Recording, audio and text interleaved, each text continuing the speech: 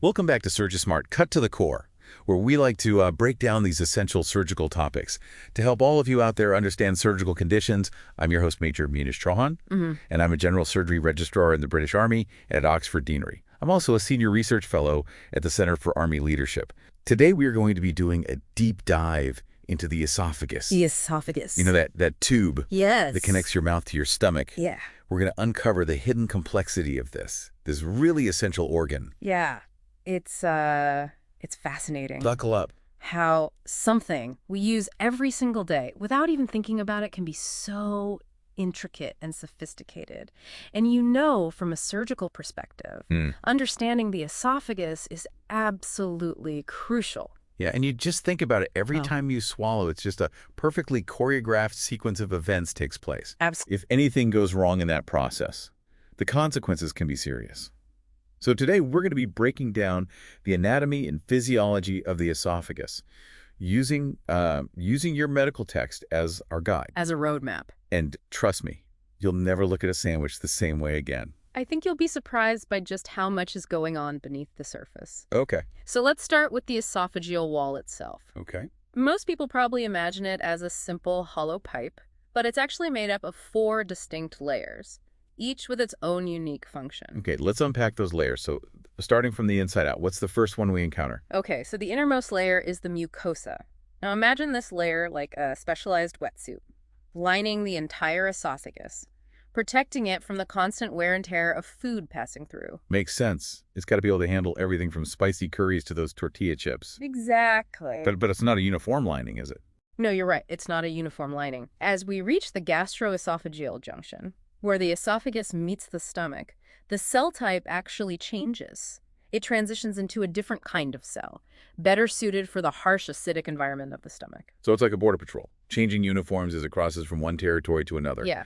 I've heard that this junction is also a hot spot for a condition called Barrett's esophagus. Exactly. Barrett's esophagus is a precancerous condition where the lining of the esophagus changes in response to chronic acid exposure, like in Giard.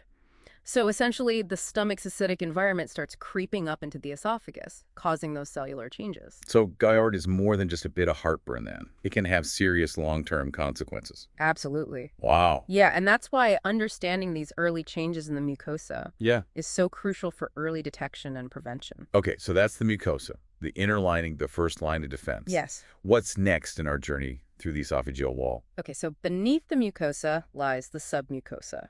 Now, this layer is vital for lubrication and smooth sailing. Think of it as the esophagus' personal lube system, packed with glands that produce mucus. And this mucus helps food glide down easily and also protects the esophagus from that harsh stomach acid. So it's like a water slide for your food. Exactly. But what happens if this lubrication system malfunctions? Well, things can get sticky. For example, in a condition called achalasia, the submucosa can thicken abnormally. Imagine trying to swallow a mouthful of food when your esophagus feels like it's lined with sandpaper. That sounds incredibly uncomfortable. It is, and it can lead to serious difficulty swallowing, pain, and even weight loss. It's a prime example of how seemingly subtle changes in the submucosa can have a major impact on function. Yeah, so we've got the protective mucosa, we've got the lubricating submucosa. Yes. What's the next layer in this esophageal sandwich? Okay, now we come to the real workhorse of the esophagus. The muscularis propria. The muscularis propria. Yeah.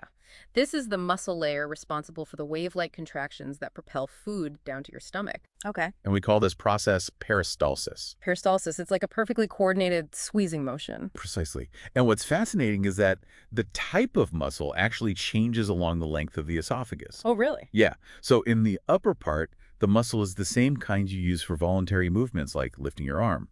This gives you conscious control over the initial part of swallowing. That's why we can choose when to swallow.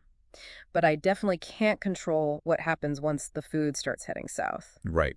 As you move down the esophagus, the muscle gradually transitions to a different kind. That works involuntarily, without you having to think about it. This ensures that the food keeps moving in the right direction, even if you're upside down doing a headstand.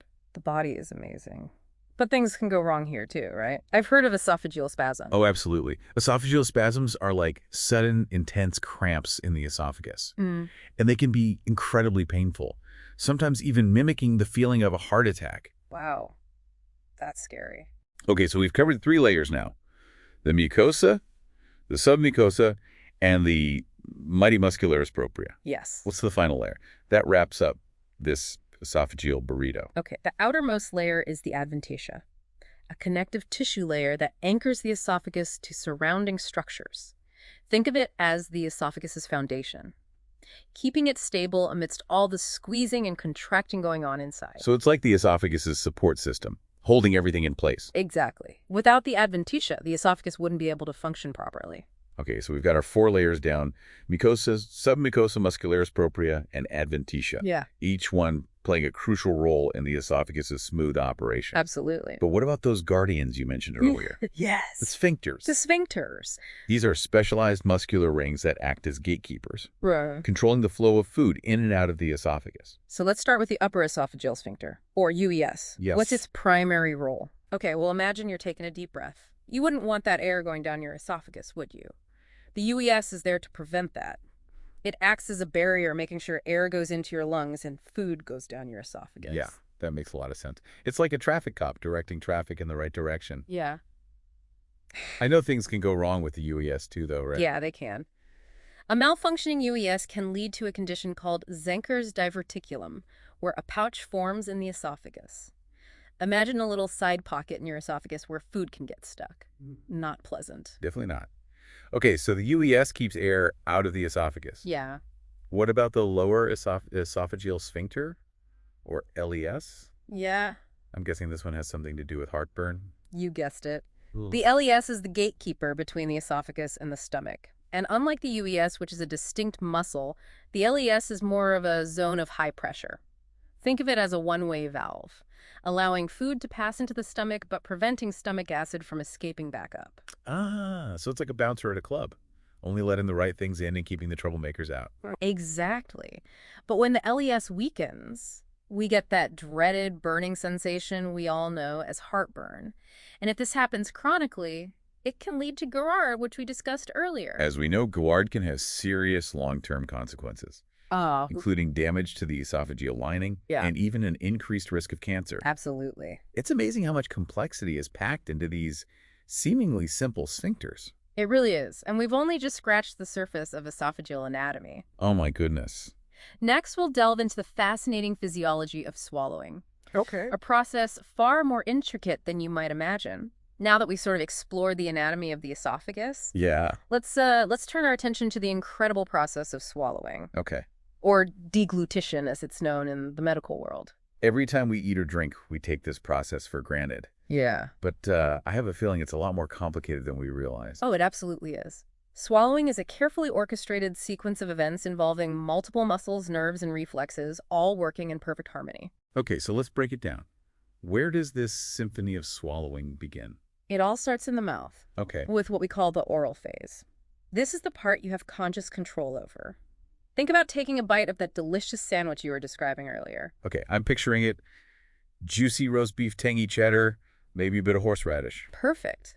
As you chew, your tongue expertly manipulates the food, mixing it with saliva to form what we call a bolus, a small, manageable mass ready to be swallowed. It's amazing how much work our tongues do without us even thinking about it. What happens if there's a problem with tongue function, say, after a stroke? That's a great question, and it highlights just how crucial the oral phase is. If the tongue isn't working properly, forming a cohesive bolus becomes a challenge. Food might scatter around the mouth, making it difficult to initiate swallowing and increasing the risk of choking. That makes perfect sense. Yeah. So the bolus is formed and the tongue pushes it towards the back of the throat. Yeah. What happens next? That's when we transition into the pharyngeal phase. The pharyngeal phase. And this is where things get really interesting. The pharyngeal phase is entirely reflexive, meaning it happens automatically without conscious control. So my body just takes over from there. It sounds like a lot could go wrong. Well, it's a testament to the brilliance of our physiology that it usually goes right. Okay. As the bolus enters the pharynx, which is the back of your throat, a series of coordinated actions take place to protect your airway and ensure the food heads in the right direction. Like what? Talk me through this reflex choreography. Okay, first, the soft palate, that fleshy part at the back of the roof of your mouth, elevates to close off the nasopharynx. That's the passage that connects your throat to your nasal cavity. So that's what prevents food from shooting up our noses. Yeah, I've definitely had a few embarrassing moments where that seal wasn't quite tight enough. we've all been there. Hmm.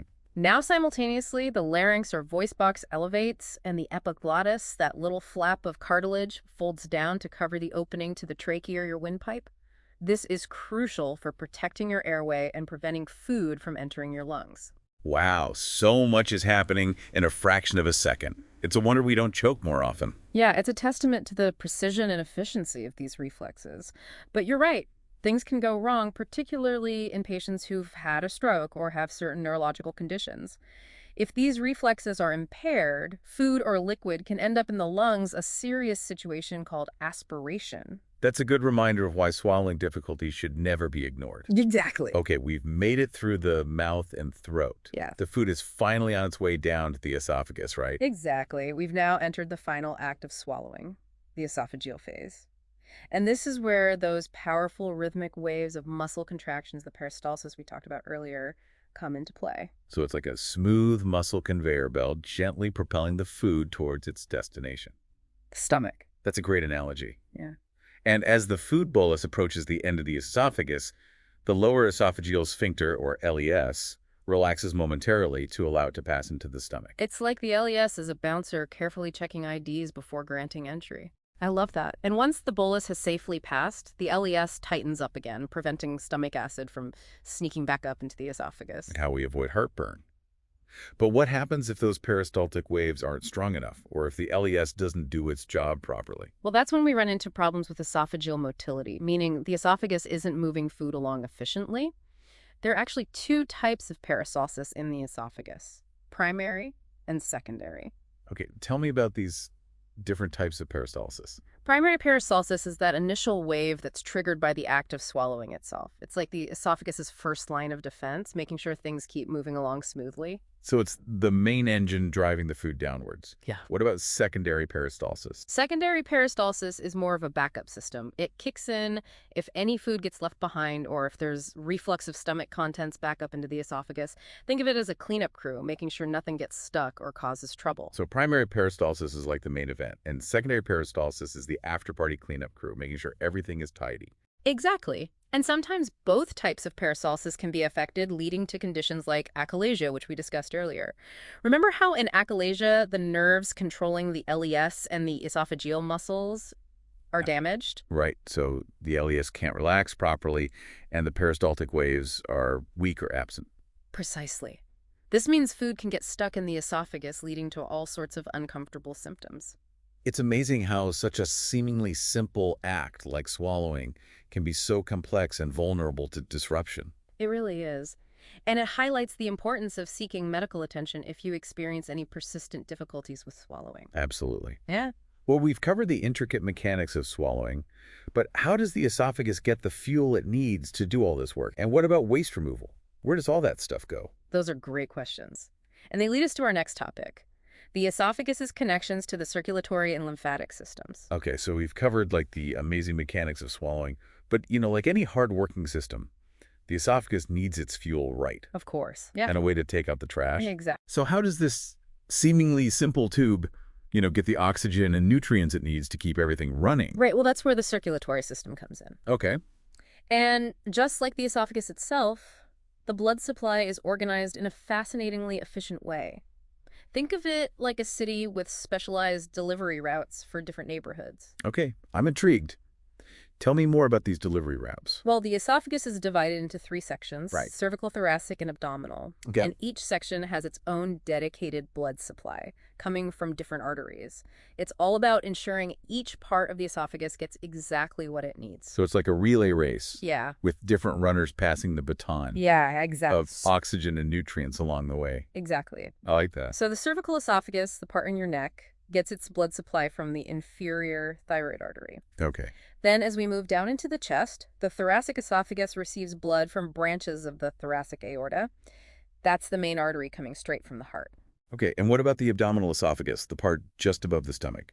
That section is supplied by the left gastric artery and the left inferior phrenic artery. It's like a carefully coordinated network ensuring every inch of the esophagus gets the fuel it needs. Makes sense. This segmented blood supply makes sense. But why is it so important from a surgical perspective? Well, knowing the exact location of these arteries is absolutely crucial during any surgery involving the esophagus. Surgeons need to avoid damaging them to prevent complications. And in the case of esophageal cancer, understanding the blood supply helps determine the extent of the tumor spread and plan the best surgical approach. Right, that makes perfect sense. We've talked about arteries, bringing in the good stuff. Yeah. What about veins? They're often seen as the less glamorous part of the circulatory system. Right. But in the case of the esophagus, Yeah. the venous drainage is actually quite fascinating and clinically significant. The esophagus has what we call a dual drainage system. Dual drainage. That sounds intriguing. What does that mean exactly? It means that blood from the esophagus drains into two separate systems. The systemic circulation, which goes back to the heart, and the portal circulation, which goes to the liver. Wow. Two completely different destinations. I know, it's fascinating, isn't it? Why the complexity? It all boils down to the esophagus's unique position connecting the throat to the stomach. Right. The upper part of the esophagus drains into systemic veins like most other organs, but the lower part near the stomach drains into the portal vein, which carries blood to the liver for filtering and processing. Okay, so the blood takes two different routes, depending on which part of the esophagus it's coming from. But why is this dual drainage system so important clinically? Well, it becomes particularly relevant in conditions like portal hypertension. Okay. You see, portal hypertension is a condition where the blood pressure in the portal vein, the one going to the liver, is too high. And that can happen in liver cirrhosis. Exactly.